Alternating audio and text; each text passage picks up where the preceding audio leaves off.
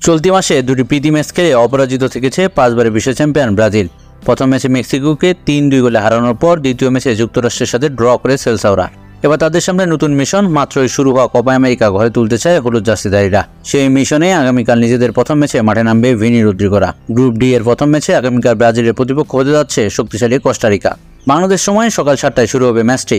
দর্শক, কোপা আমেরিকায় নিজেদের প্রথম ম্যাচে নামার আগে ফুরফুরা মেজাজেই আছে ব্রাজিল দল। এই মুহূর্তে চালাচ্ছে শেষ সময়ের অনুশীলন। আগামীকাল দারুণ জয় তুলে নিতে তারা বদ্ধপরিকর। তবে ব্রাজিলের এমন চনমনে দিনেও ভক্তদের জল্পনা কল্পনা কেমন হবে ব্রাজিলের শুরুর একাদশ। তবে দুশ্চিন্তা নয়, এরই মধ্যে জানা গেছে ব্রাজিলের সম্ভাব্য শুরুর একাদশ, যেখানে রয়েছে একাধিক চমক। চলুন এক নজরে দেখি কারা উড়াতে চলেছে বিজয়ের নিশান। ব্রাজিলের মিডিয়াগুলোর দাবি অনুযায়ী ব্রাজিলের গোলকিপার হিসেবে শুরু করতে যাচ্ছে এরিসন বেকার। তিনি পুরো কোপা আমেরিকায় 1 নম্বর গোলকিপার থাকবেন বলে গুঞ্জন আছে।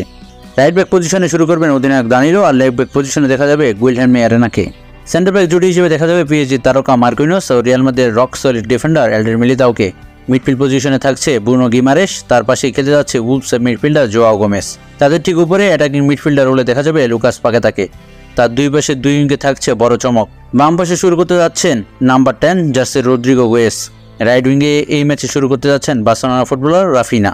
তবে তার স্থানে তরুণ সাবিনো দেখা মিলতে পারে দ্বিতীয় হাফে। এবং সবার উপরেই স্ট্রাইকার রোলে শুরু করতে যাচ্ছেন ব্রাজিলের নতুন পোস্টার বয় ভিনিসিয়াস জুনিয়র। তিনি হতে যাচ্ছেন চলতি কোপা আমেরিকা ব্রাজিল দলের প্রাণ। কোচ দরিবাল জুনিয়রের অধীনে এমনটাই হতে যাচ্ছে কোপা আমেরিকা ব্রাজিলের সম্ভাব্য শুরুর একাদশ। তো বন্ধুরা, কেমন হলো ব্রাজিলের শুরুর একাদশ জানিয়ে দিন কমেন্ট করে।